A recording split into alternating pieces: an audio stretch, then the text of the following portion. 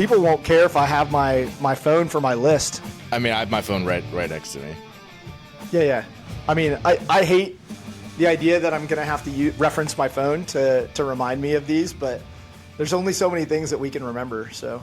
Yeah. And, I mean, that's the challenge of technical podcasts, is that you're going back and forth between like stuff that you want to say and like you might have listed out somewhere, and then also like trying to follow the flow of the conversation and just like be present. Yeah, there's like things that you want to talk about, and then there's what actually comes out in the conversation, because that's where the conversation leads. Plus, let's be realistic. I prefer those podcasts anyway, where there's like a flow to the conversation than like structure. I don't listen to podcasts for structured learning. That would be a course or something like that, mentorship. Yeah, that's something I've gone back and forth on. I enjoy being entertained, but at the same time, like 10 minutes into just like a mindless entertaining podcast, I'm like, all right, that was great. Now I'm done. Well, hopefully that's not what we're creating here. Hopefully not. All right, so we got to get into it quick before anybody bounces. So, yeah, I was trying to think of like an appropriate name for this. I guess you just call it like coping mechanisms for. I know some people might not like calling metabolic or like racing sports pain sports. I know McGoldrick's called CrossFit a pain sport, but I feel it's definitely a pain sport. Yes. I guess the point is if you're focusing on the pain, maybe that isn't productive. But the reality is that either way, when you're in it, there's going to be pain present. It's just how, like, what you do with it when it's there. Yeah.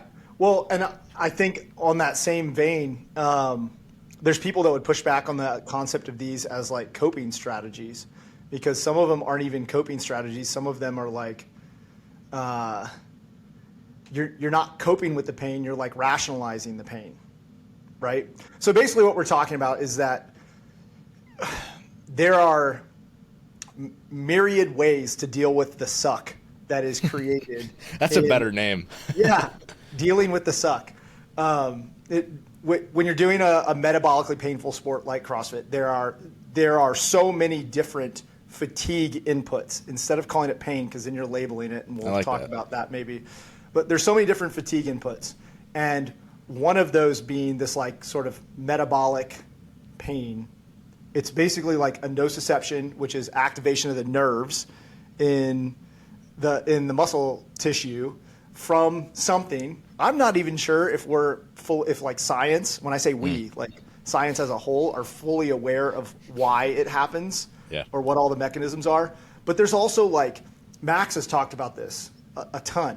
There's like heat, which is a huge factor, and it creates it's not pain, but it creates a type of fatigue that has to be resisted during exercise. And also like a type of discomfort to like continue to push through. Yeah, even though I wouldn't call it pain, it is something that you have to have mental coping strategies for dealing with. There is like this is, again, isn't pain, but there's the sense of like, I'm 5 minutes into a 25-minute AMRAP. I don't know if I can continue to keep going. Yeah, so that's like perception of effort.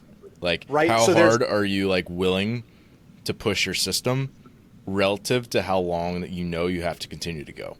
And there's an aspect of like athlete IQ in there, like knowing yourself and knowing how long the workout's going to be, and like having been in those situations before. But there's also strategies. We can talk about one of them now, like chunking for coping with that.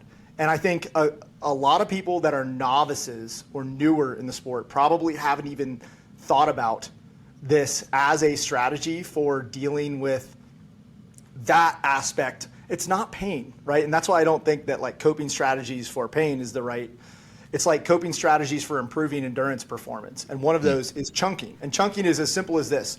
If I have to do 100 burpees, instead of thinking about the fact that I have 100 burpees to do, I'm trying to give myself small chunks to think about to keep myself present in the current moment. Yeah, and so that might be doing them in sets of 4 in your mind. You count to 4, you start over. Count to 4.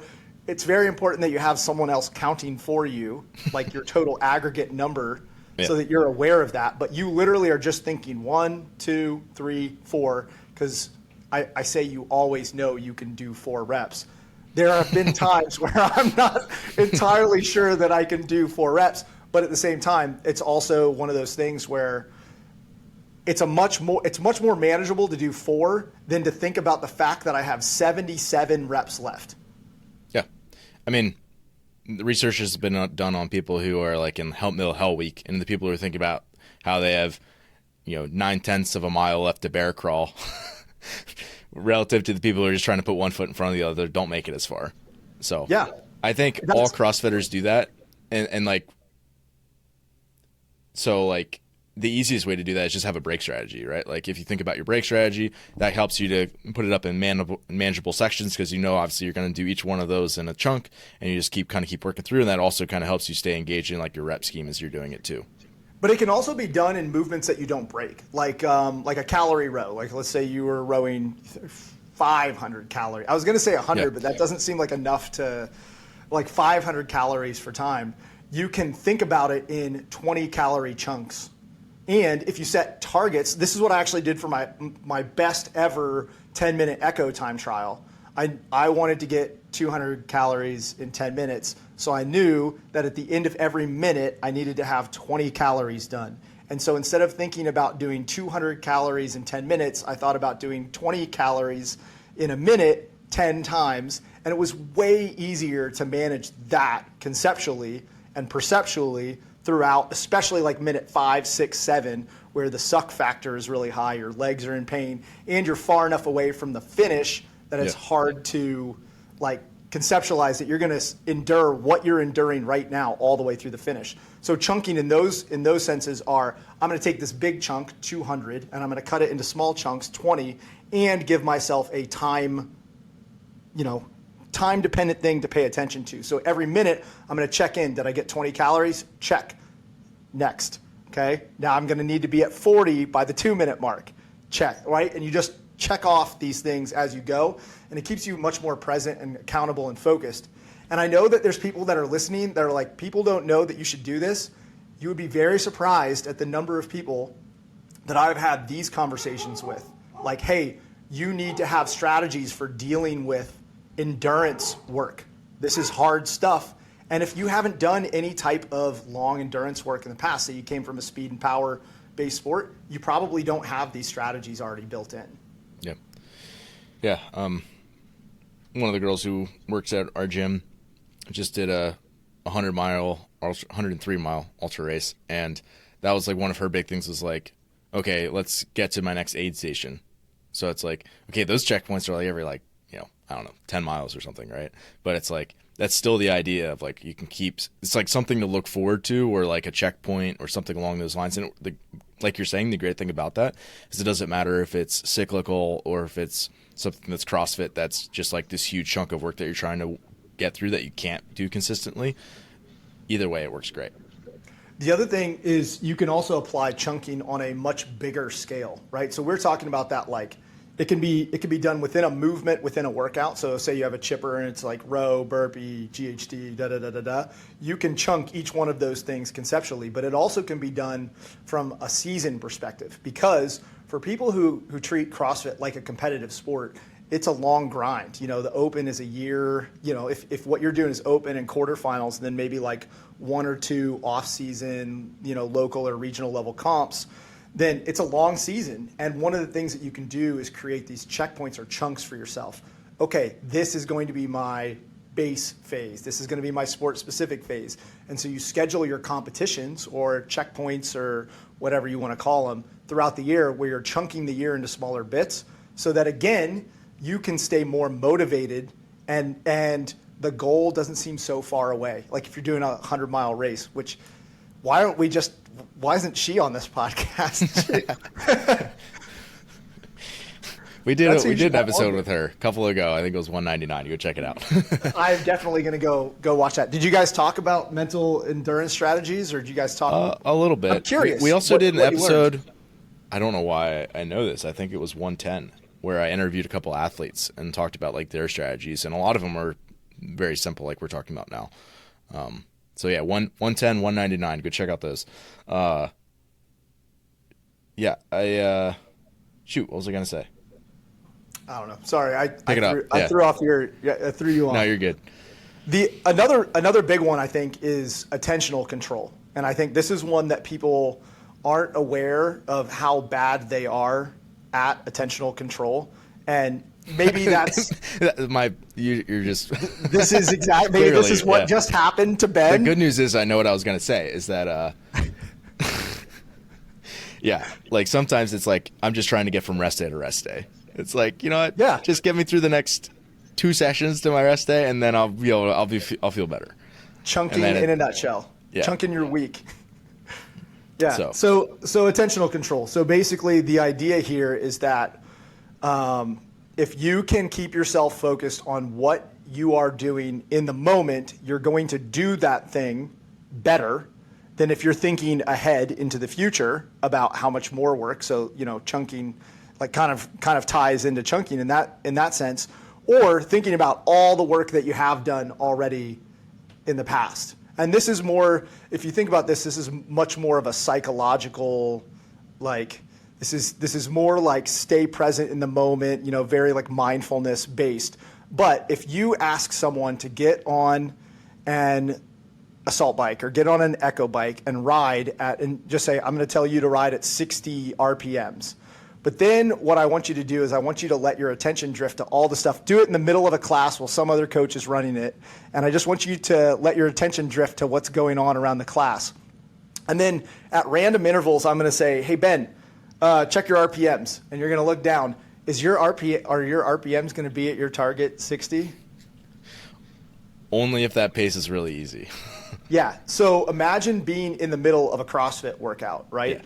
At a semifinal. You competed at NorCal Classic, and you're in the middle of this longer, say it's a 15-minute, you know, time domain workout. You're in the middle of this, and you're paying attention to what's going on with the judge. You're like surface level aware of the music that's being played. You're like, oh, I know this song, and there's someone else that's like 3 reps ahead of you, and you can hear their judge counting, and then you know there's all this input from the crowd, and it's very easy to not be paying attention to what you are doing, the rep you're supposed to be on, how you're executing that rep. It's very easy to lose that attention. And as soon as you do, as you know, if I told you to hold 70 RPMs on that echo in our initial example, no chance you're holding that while paying attention to other stuff going on around you. What makes you think that you're going to turn in a good performance on game day if you're paying attention to all the stuff that's going on around you? And so I think this is another really powerful psychological tool that helps people perform better in longer endurance events. It's also really important for short power, you know, speed and power based stuff, especially if it's like single elimination type racing. The people that are like racing in the sense that they're like trying to beat the people around them aren't focusing on execution, and they're the ones that make the little mistakes that get a no rep and get them called back and things like that. So I think attentional control is probably one of those ones that a lot of people are really bad at, are unaware that they're bad at, and might not even be aware that it's something that they should be good at. Because they're like, oh, this is just competing. I'm racing the people around me and paying attention to what's going on around me. But often that's probably not their best strategy for performance. Yeah. Maybe this is a symptom of like the types of events that are in CrossFit programming, but like most of the time when I'm in a workout, like I have almost no clue what's going on outside of like what's immediately important to me. Like maybe one person, like generally I can kind of get a sense of where people are at. And then it's like, I don't hear the music. I don't know what's going on out there. Like I don't know any of that stuff. Like I don't hear the people cheering for me. It's just like, so, and I don't necessarily think that's intentional. Like that just kind of happens. Like everything else fades away as like you're working so hard. The longer someone has done this, the longer someone has competed in the sport, and like the higher the level they've competed at, I think the better you just tend to get at it.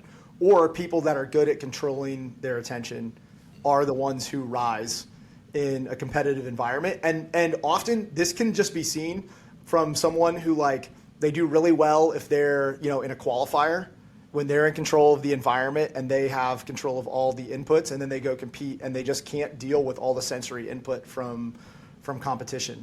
And so those are people that need help with this kind of attentional control kind of aspect. Yeah, I don't know. Like, I don't know. I just had this thought. I'm curious what you think about it. Potentially, like people who are like more, like generally at higher levels of arousal when they're competing, where like maybe that's helpful if they're in like a safe place, like their own gym. Whereas like if they're in a new environment with, you know, other people around them, then all of a sudden arousal gets to a point where it's performance degrading rather than performance enhancing. Yeah, I think and I don't even know if arousal is necessarily the right way to think about that, so much as like sensory sensitivity, you know, and someone who is really sensitive to sensory inputs might have higher state of arousal because it's like, well, they cranked the music up at the gym and now they're starting to get fired up. But then you go to a competition. I also think about this. I talk to athletes about this sometimes, you know, especially if they're like, oh, I only like to listen to this kind of music when I work out. I was like, well, you don't control the music at a competition. So like, why are you so worried about what's playing and how, like, letting that dictate your performance? So no, I agree with you. I think that the types of people who tend to be very sensory overloaded, whether it's because of music or number of people or whatever it is, they sometimes will have a harder time competing in an in-person environment because it is such an overwhelming stimulus. Go to Wadapalooza, spend 2 hours out there, you know, in the warm-up, where the warm-up area is so crowded and there's barbells dropping and so much, and you have to pay attention to all these things. Then you go out there and then there's the, you know, the music and the crowd and the lights and the flashing. Man, for someone who really gets, you know, overstimulated, that is like the perfect overstimulated environment. And you need to have coping strategies for dealing with that. That might include removing yourself from the competitive environment for periods of time to basically like downregulate all of that.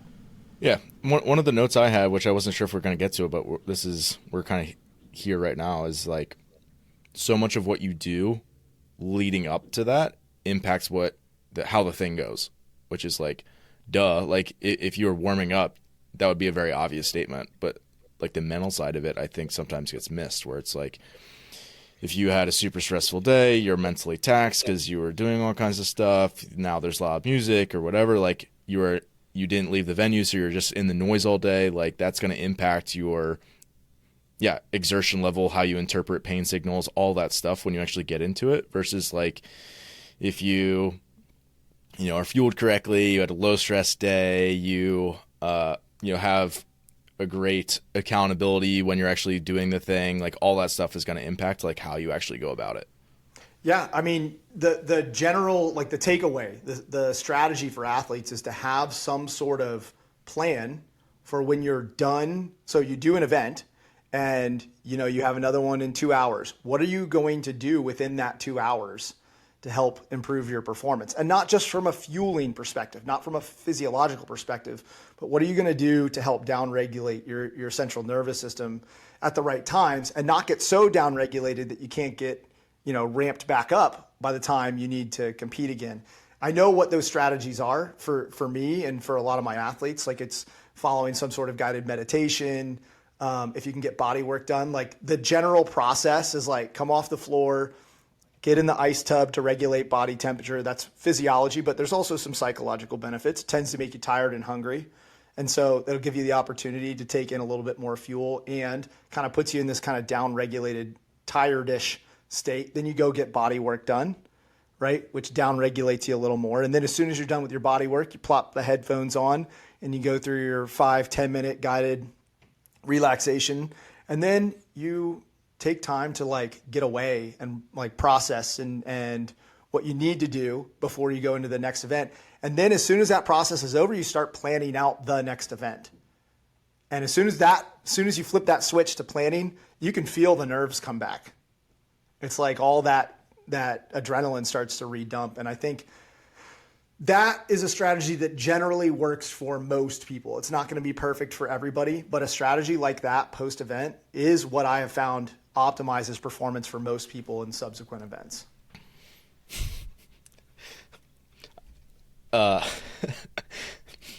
There was this podcast I listened to one time. I forget who it was, but he's like, yeah, when this one Eminem song comes on, that was like my walkout song. It was a fighter, and he's like my arousal shoots through the roof, and like literally, like I feel like you could put on like the pacer audio for me, and like that starts to happen to my heart rate. Like I hear those dings, I'm like, oh my gosh, I can feel it.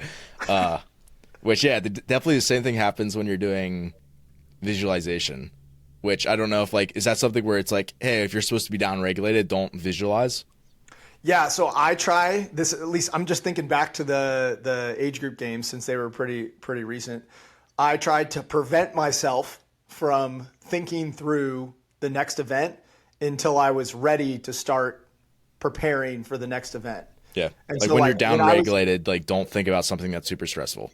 Yeah, don't think about the thing that's going to get you all hyped up, because then you're getting these constant adrenaline dumps, these constant norepinephrine dumps, which are spiking your cortisol, which is delaying your recovery. And like, yes, you want those dumps, but you want them to be timed around your event. You want to be like peak arousal before you're going into the event, unless it's like a 7K run or what was the first event from the individual games, like 4-mile run. 2K row. 2K row. Yeah, something like that. More than that. It was more than 2K. Anyway, it was long. 3K. Long. It was an hour-long event. You don't want to be at peak arousal Yes. for an hour-long event. But you want to make sure that you're timing that arousal well. And that means that probably 4 hours or 3 hours before your event, you're not like going through full visualizations and getting, your heart rate sitting at rest at like 120 beats per minute. It's probably not the best strategy for you. Yeah. I think another one that I really wanted to talk about is sort of this concept of dissociation versus association. So dissociation being like trying to take yourself out of the pain. There's some really interesting sports psychology research on this, and having been involved in sport and coaching and stuff for a really long time, I've experienced this from both the coach and athlete side. But a lot of inexperienced athletes tend to try to dissociate and go away from the pain and the body sensations and try to distract themselves from that. And this is really true in like repetitive, longer, cyclical endurance stuff. So like you mentioned someone running 100 miles, someone running their first marathon or half marathon, they like daydream almost and try to distract themselves from the body sensations. But when sports psychology researchers talk to elite level endurance and ultra endurance athletes, they do the exact opposite of that.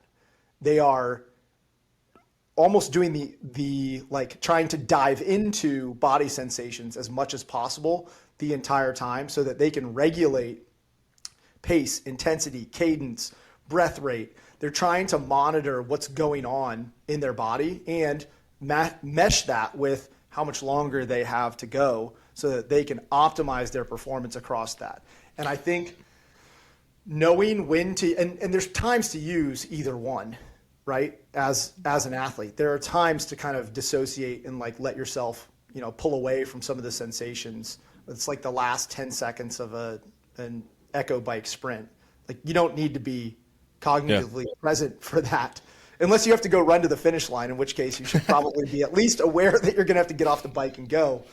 But also when you're using the 10-minute echo, time trial test, you need to be very in tune with how your body feels to know if you're giving the right amount of effort at that moment to be able to finish the entire thing. Yeah. I mean, that's the idea of, I think, a lot of less experienced, lower level athletes just associate pain as bad. Yeah. Where it's like, pain is information, right? Obviously, it's not a comfortable thing, but the level of uncomfortability tells you a lot about where you're at and like what you need to be doing. The level of uncomfortability tells you a lot about the sustainability of the intensity that you're currently holding. Correct. And I think a lot of novice athletes don't recognize that there's different types of exercise-induced pain, right? There's a big difference between like intra-articular joint pain, which is generally not a good thing, and metabolic pain, which is just part of the sport. And the higher someone's athlete IQ, the more experience someone gets, the better they're going to be able to determine which of those types of pain they're experiencing. And it turns out the more you can tolerate and embrace the metabolic pain, typically the better you're going to be able to do. And the more you try to ignore the intra-articular joint pain, the less long your career is going to be. Yeah. And I think sometimes the athletes do have a hard time teasing those things apart, and that's where they get themselves in a bit of a trouble. Or a lot of trouble. I think that there's this pervasive sense of toughness, that it's important to be tough and tough through pain.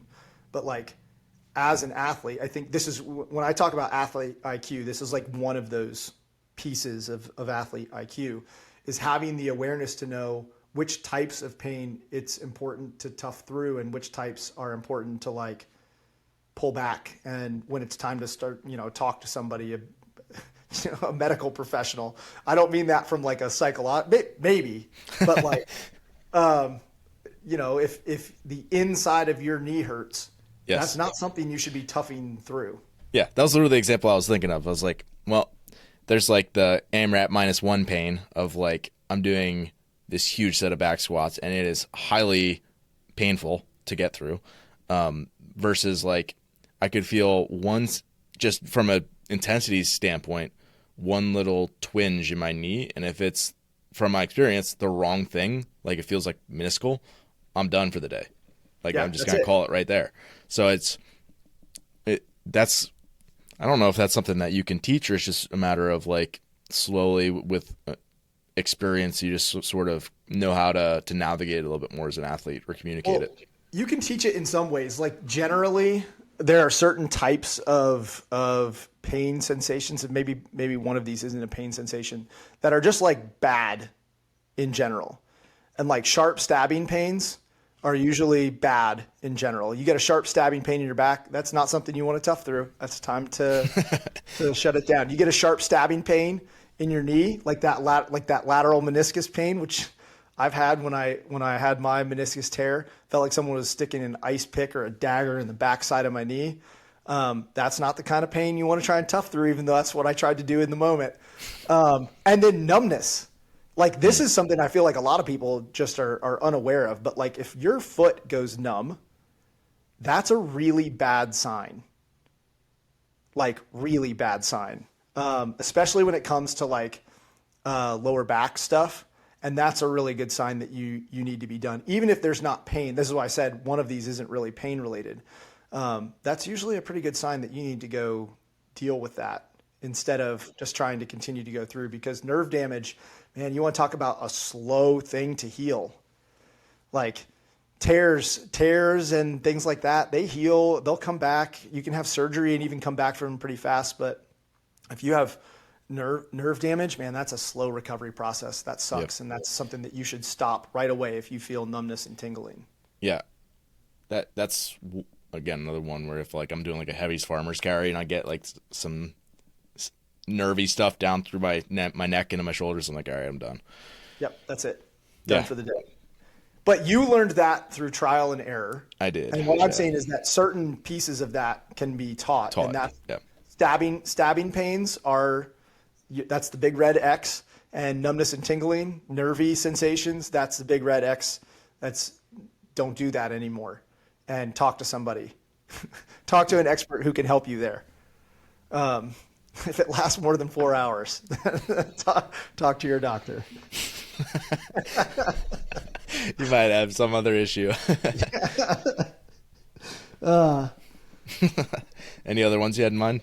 Yeah, we already talked about visualization. I think visualization is a really powerful tool for performance. And I think rather than just visualizing your execution, also trying to, and I don't know if this is visualization, but like imagining how you're going to respond when it hurts.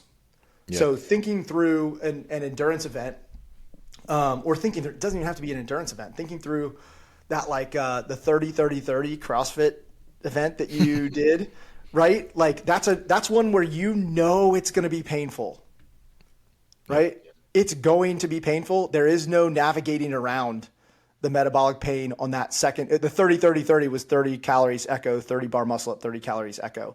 That second echo was going to be painful, and there's no navigating around it. You cannot avoid it. And the only way to be successful in the event is to go into that point where it's extremely painful. And I think when you're doing your visualization, you're not just thinking about, okay, this is how I'm going to break up the bar muscle ups. I'm going to go, 20-10 or whatever. And like, these are the paces I want to hold on the bike. It's also creating repetition about how you're going to respond when the echo hurts, when you're holding 85 RPMs on the second echo sprint. Like, how are you going to respond to that? And I think maybe that's not visualization because you're not seeing it, but like pre-planning, pre-event. Yeah, it's a decision beforehand. Setting. Yes. Yeah, it's like an if then. It's like when then. Yeah, it's like when I hit this inflection point is what I call it. It's like I'm already making the decision that I'm going to lean into it at that point. And most of the time, if you do that before the event, if you pre-tell yourself, this is how I'm going to respond when this happens, you'll do it. Yep. 9 times out of 10. Every once in a while, you shy away and you're like, ooh, I don't know. Or you're just not physically able to sometimes. Like, yeah, I got there. You choose to, and your body just shuts you down, which happens. Yeah, I mean, sometimes. I've had plenty of events where I've gotten there and been like, no, we're not doing this right now. Yeah. And sometimes competitively, across a weekend, that was the right decision. Watching what happened to everybody else, I was like, oh, I'm glad that I made that decision. But most of the time I get done and I regret it, which sucks. That feeling sucks way more than the feeling of pain in the moment. Yeah. Yeah. I think that was most of them. I have 9, but I don't think we can go through all 9. We'd go forever.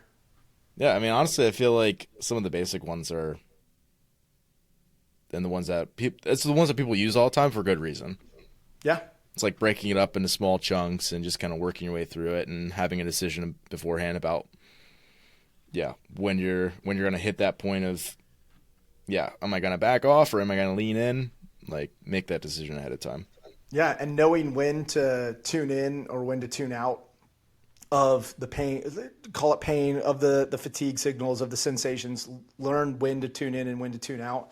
The only other one I'd say is like, this is more of like a big picture thought process thing, but really create the habit of removing the emotional baggage from how you think about and context pain. Pain's just a sensation. It doesn't have to be a negative thing. You already kind of touched on this a little bit, but I think a lot of people, and I was part of this for a really long time when I was younger and competing. So I swam sprints, which were fairly painful events. And to me, pain was a bad thing. Like, I didn't want it to hurt. So I tried to find ways to make it hurt less. And it wasn't until, I was probably 17 or so where the aha moment happened that pain is part of being a successful athlete in this sport, and you've chosen this sport. So you just have to accept that that's part of it and stop trying to figure out how to get away from it. But I think there's something to be said for like attaching a lot of emotional baggage to the pain. Yeah. But it hurts, and there's a reason that it hurts. And like, if you think about it from like an evolutionary perspective, we want to avoid it, right? If it's hot, it burns. Pull your hand away. Yeah, it's almost like as an athlete, there's a part of you that needs to be very like cerebral and thought out and calculated, and then there's also needs to be part of you that's just like a dumb animal, like just doing the thing. Like, you just got to be able to like shut off some of like that high level processing and just like do what you need to do when it's time to do that. Yeah, I think there's also a perception from athletes that are like bubble level. And when I say bubble, I mean like, they're competing in quarterfinals and like maybe they're a year or two away from qualifying for semifinals, and they watch the elite athletes and they're like, they look so comfortable. How are they How are they so comfortable? They're not in pain. Well, I think it's twofold. And this is important. It's twofold. One, they have come to terms with the pain. It has meaning and purpose, so it's no longer suffering, right? So if you think once suffering has meaning, it ceases to be suffering. I think there's something to be said for that. They've come to terms with the fact that they're in a pain sport and they're just okay with it. They're probably more okay with it than you are. But the other one is that they're fit and they've built through repetition and years and consistency. They've built enough fitness that they're performing at those levels without blowing up, and have strategies that make it so they don't blow up until the end of the workouts.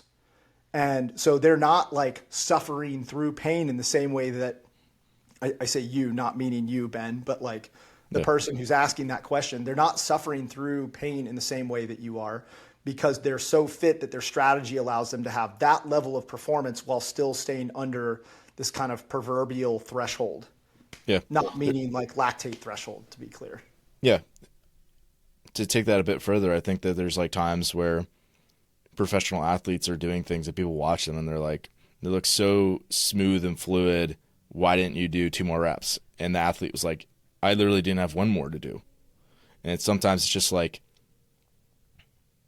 maybe in the conversation of pain, it was like they were dying inside and they've just trained themselves that like, if I can keep my face relaxed, I perform better.